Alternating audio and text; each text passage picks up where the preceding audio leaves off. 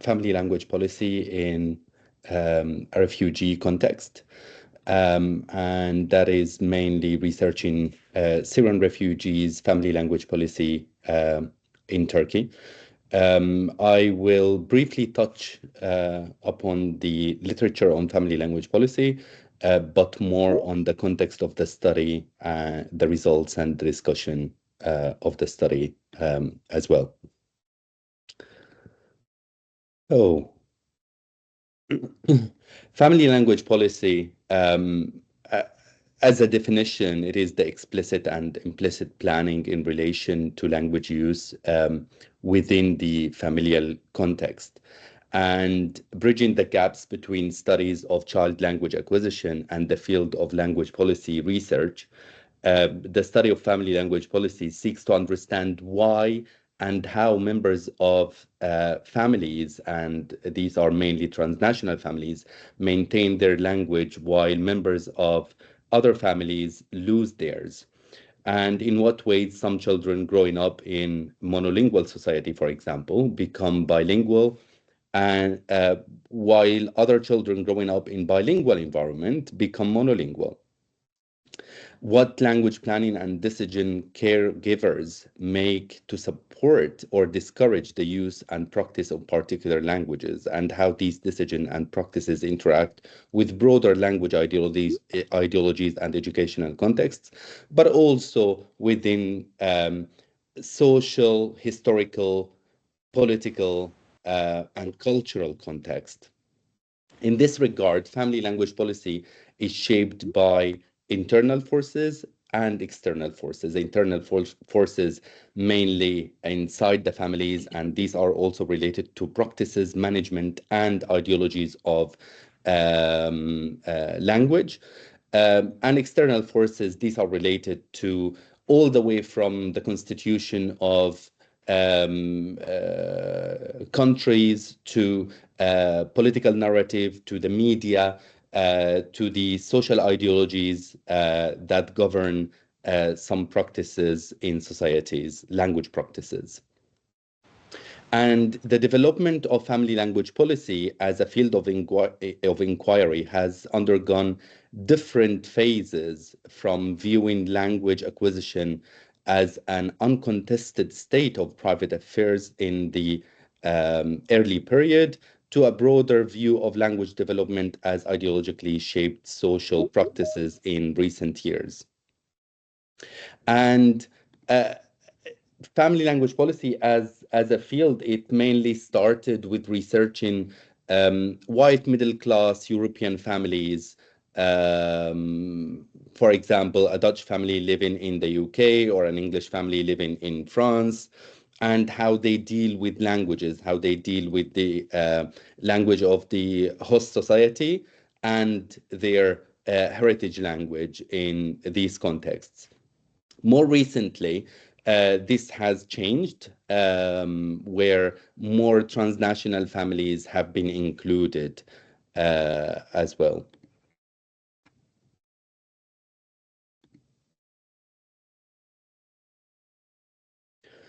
Now, King argues that the current phase needs to include more transnational families and also more minority languages.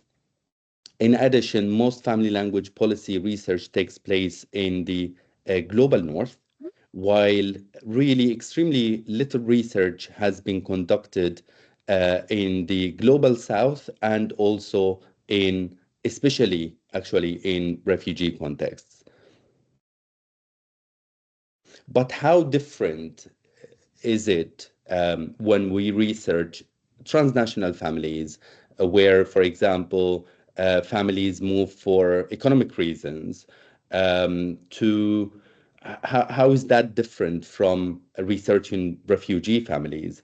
Actually, the main difference lies in one important aspect, and that is the forced migration aspect. And with the forced migration aspect, that is related mainly, I'm sorry, can someone mute there? There is background noise. Okay, thank you. The forced migration aspect, with that comes some traumatic experiences. These are due to, for example, wars, conflicts, and persecution, basically, and that also is associated with PTSD. But actually, it is more than that. It is more about the vulnerability of the participants. And when I say vulnerability, that is mainly to describe the fact rather than to give labels for refugees and asylum seekers as vulnerable groups.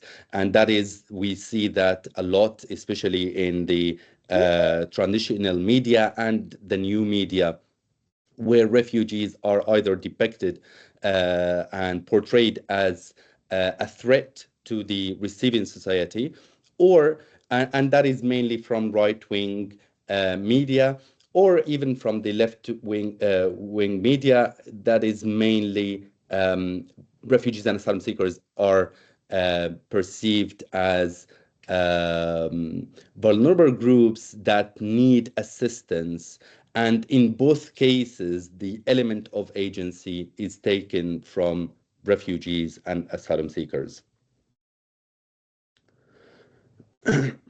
To describe more about this experience of refugees and asylum seekers, there is a film which is called Sitting in Limbo.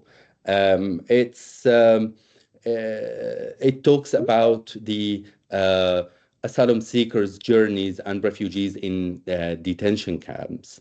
And I found this extract from this film extremely powerful and is also related to our talk today. So you arrive a stranger in a strange land on the shores of the relatively peaceful, the relatively rich, the relatively secure. You arrive wrapped in questions that must be answered. Who are you? How did you get here? What have you done? Where are you from? To answer these and other and offer proof, you have only your body and your voice. Certainly, you will speak over and over to officials in a language or languages they do not understand. It is the language of your ancestors or one of three used by your parents. Perhaps a language that you learned along the long, long road, or one you have recently forgotten after all these years. Embrace it as the symbol of your origins. It may be the key to providing your story. And as you can see in this extract, there is a lot of focus on the issue of language, and that focus on language is not arbitrary because it is a holder of identity, but also it is used by different governments to exclude some asylum seekers, and uh, that is a different point, maybe for a different day, which is related to language analysis for determination of origin that some governments use to assess asylum seekers and asylum seekers' claims, including the UK government. Um, so, family language policy recently has received increasing attention because of the role in examining the linguistic and cultural changes. And also, it is a way to uncover ideologies either by the families themselves or either ideologies by the receiving society as well. And in that sense, there is really a strong link between family language policy and how families manage their linguistic practices, and between heritage language maintenance. And in heritage language maintenance, whether some families encourage the use of their heritage language among their children, or discourage. And that is also for different reasons that we will touch upon when I present the data. But one thing that is extremely important in the refugee context, that we must remember that the forced displacement element comes with some form of trauma. And that trauma is associated in a particular context, and that context holds the heritage language. Therefore, some families actually discourage the use of their heritage language, while other families encourage the use of heritage language. And again, it is all related to the context of the asylum seeking journey. These are some numbers and figures. Um, uh, just the first figure, which is refugees worldwide. I just checked in the morning, and actually it is updated by the UNHCR, where the number of refugees currently around the world is more than 120 millions. Now, Syrian refugees are the largest number of refugees by nationality worldwide, and there are around 7 million people who are internally displaced inside Syria, 6.5 million refugees outside Syria. Of this figure, there is around 3.5 million refugees in Turkey.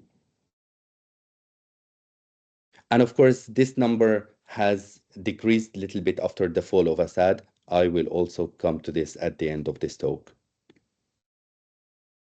Now, in terms of the context of our study, the study has been conducted in Turkey.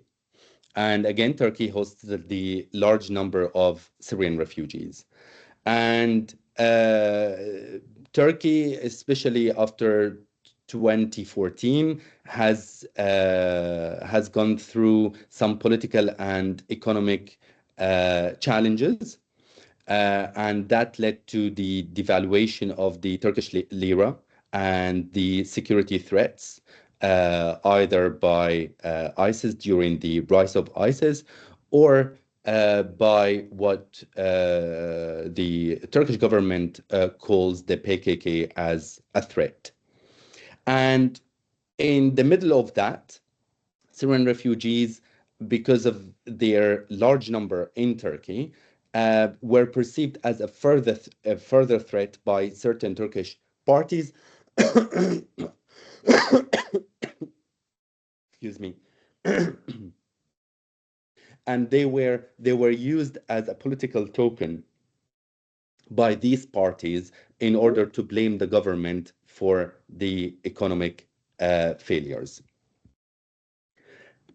Consequently, there were some attacks on people, Syrian people in Turkey, and also on the language.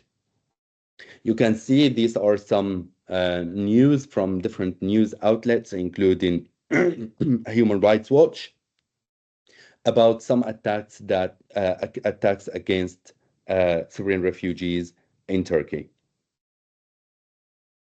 Now, this is really interesting. Part of these attacks is not only on people, where there were actually physical attacks that led to death of some Syrian refugees in Turkey. Some attacks were actually on Arabic language. We must remember that also Turkey, they do not host only Syrian refugees, they host other refugees, including Afghan refugees. And the main attack here was on Arabic, again, because of the number of Syrian refugees there, where, especially in the southern parts of Turkey that are bordered with Syria, a lot of shops were attacked that held some Arabic language posters on these shops. And in Adana, the mayor of Adana, he actually prohibited the use of Arabic language posters on shops. But what it is that we really know about the state language policy. So as you can see, this is from the Constitution of Turkey. No language other than Turkish shall be taught as a mother tongue to Turkish citizens at any institution of education. Foreign languages, to be taught in institution of education, and the rules to be followed by schools conducting education in foreign languages shall be determined by law. Brisic discusses that there are more than 40 minority languages, stating that 36% of the population of Turkey have an L1 other than Turkish. But again, this is not really reflected in the constitution. But since historically speaking, there was a lot of oppression, especially against Kurdish language in Turkey. More recently, since 2000, there were some advancement of the of allowing the use of Kurdish language in the public sphere, including allowing Kurdish media to have TV stations that are in the Kurdish language. Now, this is mainly the context, the political and the social and the linguistic context in Turkey. So to understand how Syrian refugees deal with their languages, and so we try to ask and answer these two questions. How does forced migration impact on family language policy of Syrian refugee families in Turkey in terms of identity construction? And how do Syrian refugee family members enact and perceive their family language policy? And these are related to, as Polosky framework states, practices, ideologies, and management of their day-to-day interactions. So it is really related to mainly perceptions and ideologies, practices, and management in relation to identity construction.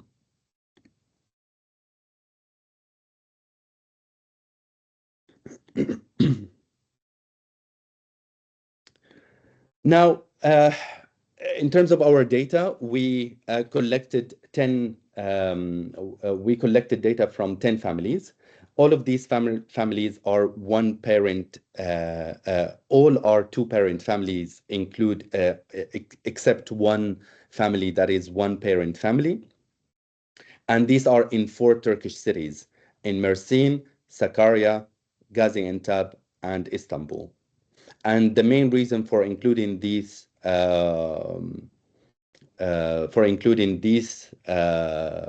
cities in our study, I forgot to mention that this study was supported by CARA, Council for At-Risk Academics.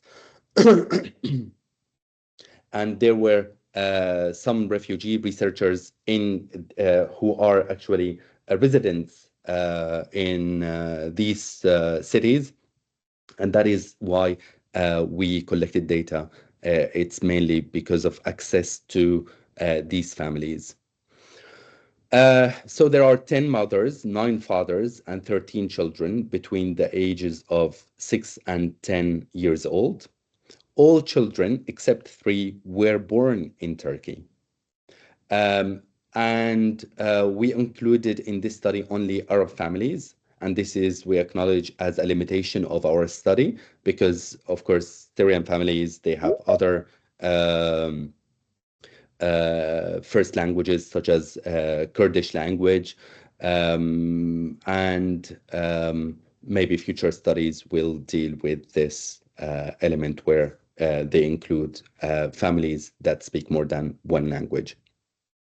In terms of data collection methods, we conducted interviews with the parents, and we also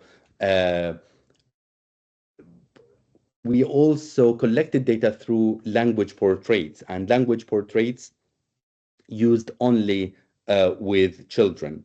Language portraits consist of the outline of body silhouette, which participants must color by choosing colors to represent different languages, placing them on different body parts, resulting in graphic visualization of their linguistic repertoire. And language portraits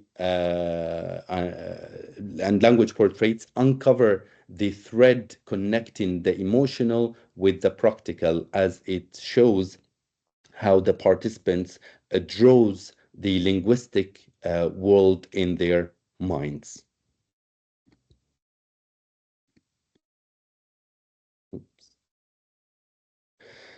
Now, one of the main themes, and we also did thematic analysis for our study, and we found that there are main four themes based on the analysis of the interviews and also the language portraits.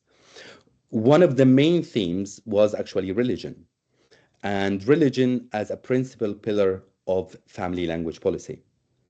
As you can see, for example, the first extract from Family 10, the father of Family 10 says, Arabic is an essential language, the language of the Quran, the language of his child's country. In their interviews, parents emphasized the religious aspect of maintaining Arabic. For them, Arabic is not only the language of the Quran, but also the only method of safeguarding their religion. Arabic is also a nation's mark and a representation of an Arab's linguistic identity. Arab identity in most of the 20th century was based on a unity of language above everything else, albeit the contention with the term Arab identity being an essentialist term. All parents in this study referred to religious rituals as a main anchor for encouraging the use of Arabic at home. This is to read Quran, to pray, and engage in Islamic rituals. The excerpts highlight the parents' responsibilities and positions as careholders. Muslims and Arabs in the context of a refugee community that speaks multiple languages. These numerous aspects of parents' identities are interconnected and have an impact on how the children are raised in terms of language and culture. So in this sense, we really notice and observe here that there is an element of nested identities where there is the broader Muslim identity, and then there is the national identity, and then there is the refugee identity. One anchor between and the thread and connection between these identities is Arabic language. Another theme, or the second theme, is commitment to heritage language maintenance. So as you can see over here, we speak Arabic with them most of the time and almost everywhere. We reply on Turkish only when it is related to their school lessons and their homework. So there is an element of language management in this case. And the data suggests that parents have varying attitudes to heritage language maintenance. Some are highly supportive, and this is actually the majority of our participants and of the parents. Most of the parents are supportive of language maintenance, heritage language maintenance, while others are indifferent. And families find themselves in a process of negotiation where their actual presence becomes under direct reshuffling to become part of the new society. Either way, they adopt this position and integrate or mark themselves to avoid full assimilation. Most parents showed strong commitment to heritage language maintenance, as you can see in these excerpts, with some management practices. However, there are some parents who are kind of indifferent whether their children learn Arabic or not. And as you can see in these excerpts, and the parents who show indifference on their part to maintain heritage language at home, claiming that at this time of their lives, studying the dominant language, and of course, and that is the language of schooling, which is Turkish, is more important. And any summer Arabic courses will negatively affect their Turkish.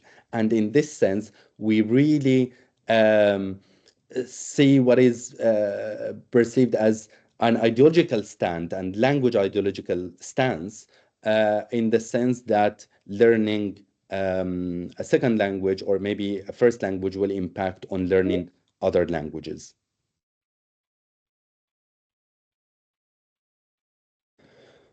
Then there is this theme, which was actually a very dominant theme, which is hiding their Syrian linguistic identity.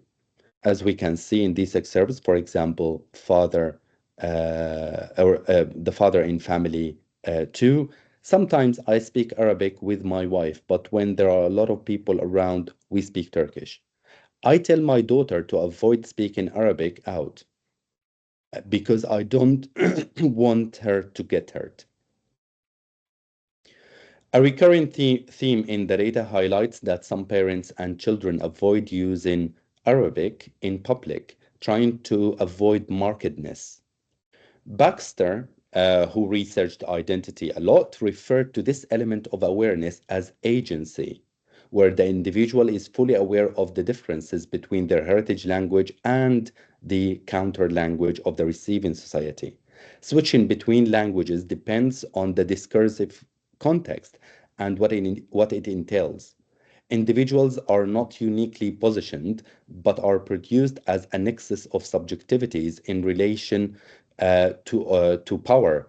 And these relations of power are constantly shifting, rendering them at times powerful and at other times powerless. The quotes highlight how some Syrian families in Turkey avoid using Arabic as they feel it marks their Syrian identity in public in Turkey.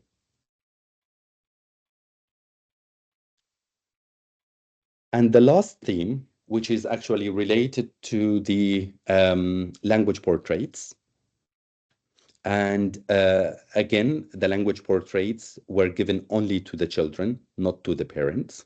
And that is, we found also that this is actually uh, a good research tool to be used with children rather than putting them in an interview where it could be intimidating. And the chat after they drew their these drawings, they colored the drawings, was mainly informal, again, to make sure that there is a relaxed and safe environment for the children to talk about their language experience.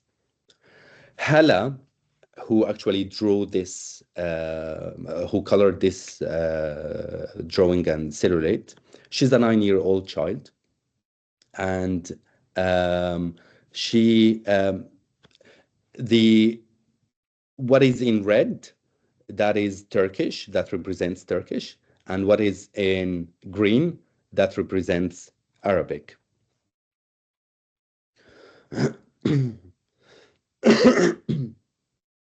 And the children in these portraits make a clear connection between language skills in a language and its placement and the amount of color in the language portraits.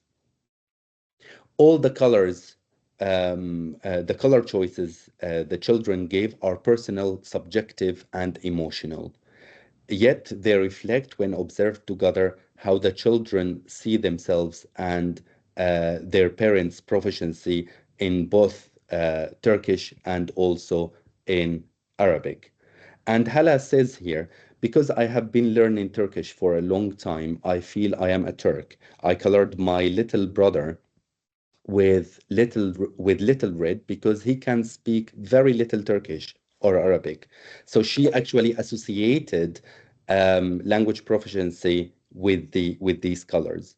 I placed extra red color on my mother because she and my older sister can use Turkish to some extent. As for my father, there is little red because he can speak little Turkish. But if we see like that arrow shows Hala. So Hala, in this context, she colored almost all of herself except her feet in red, which represents her proficiency in Turkish. But there is really something interesting here.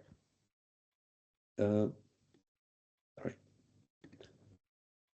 There is something interesting here, and this is the informal chat between the researcher and between Hela after she colored the drawing. The researcher asked her, "You're almost um, you're almost all red. You speak Arabic with me.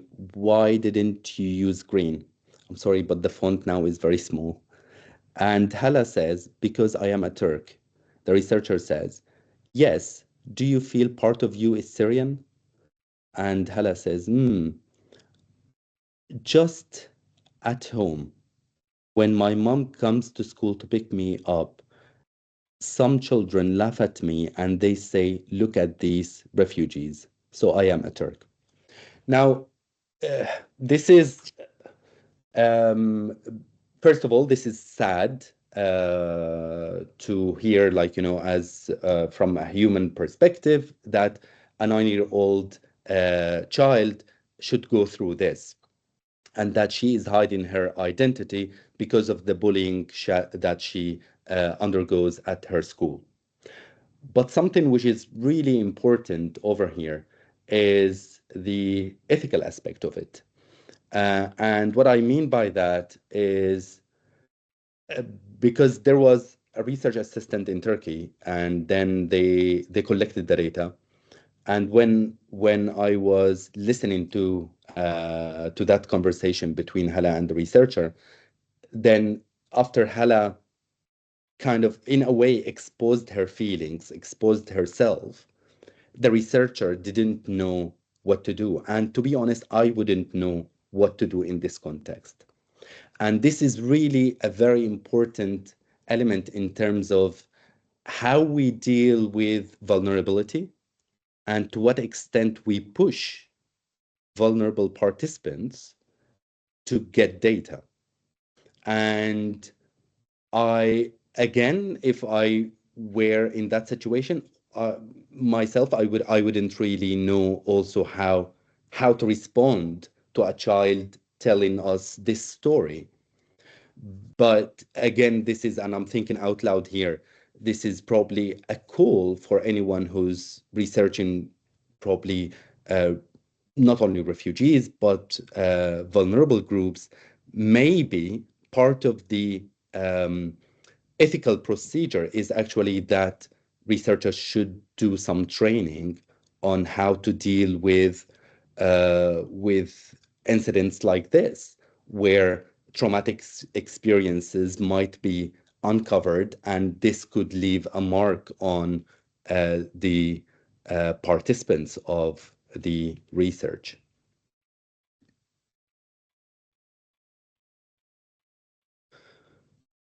Though families in this study displayed a strong commitment to heritage language maintenance, they reported their embarrassment and sometimes fear of speaking Arabic in public spaces. This is linked to the discussion on the external factors, including the social and political environments that impact family language policy and how people view and practice languages. This contradiction between being proud to be Syrian and Arab and don't want to be seen as Syrian let the families suffer from a paradox. The current level of indecisiveness shows how the general public has a strong effect and heavy magnitude on minorities and consequently on how refugees feel about themselves and their languages. Such traumatic events that make children feel worthless and unaccepted, resulting in isolation and alienation. Societal discourses draw the boundaries of any newcomer, which could impact on migrants' well-being.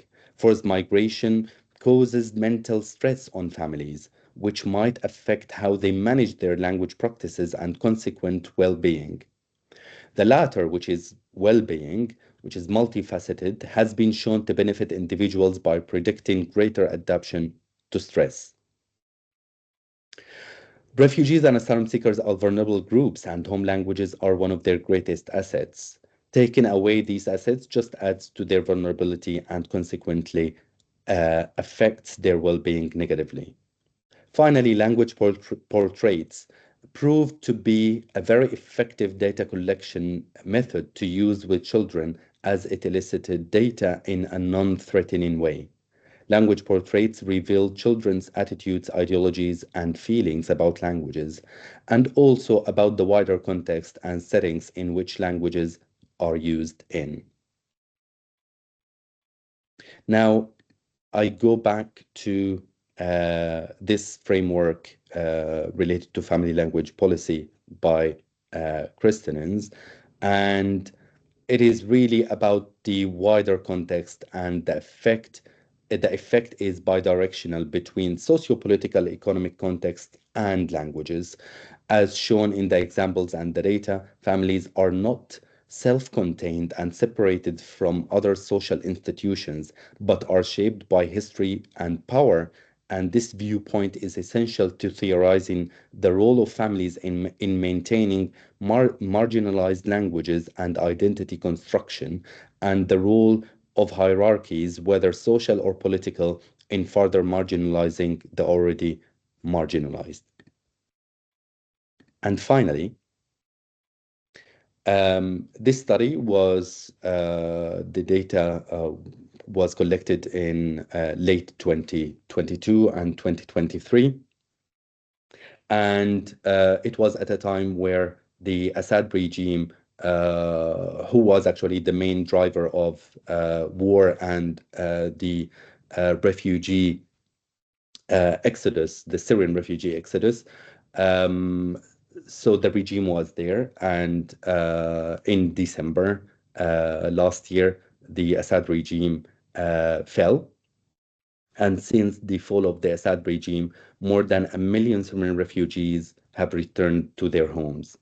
And I just checked with the UNHCR website. Of that figure, around 700,000 internally displaced people returned to their homes, and around 300,000 Syrian refugees in the neighboring countries of Syria, including Turkey, also returned to their home. And now it would be really interesting to do research in the future, um, to make a link between languages and the decision to return, in a way that a lot of Syrian refugees, they have children who actually were born outside Syria in the refugee context, and where they are residing now, whether this is in Europe, in Northern America, in Australia, in the neighboring countries of Syria, if they don't speak Arabic, such as the case of Turkey. And a lot of them are illiterate in Arabic language. Now, to go back to Syria, the schools and the medium of instruction is in Arabic. And it would be very challenging for families to go back to a country where the children don't know the language of their schools. And I'm just wondering to what extent language could actually play a part in the decision making of families to return to Syria. Thank you very much.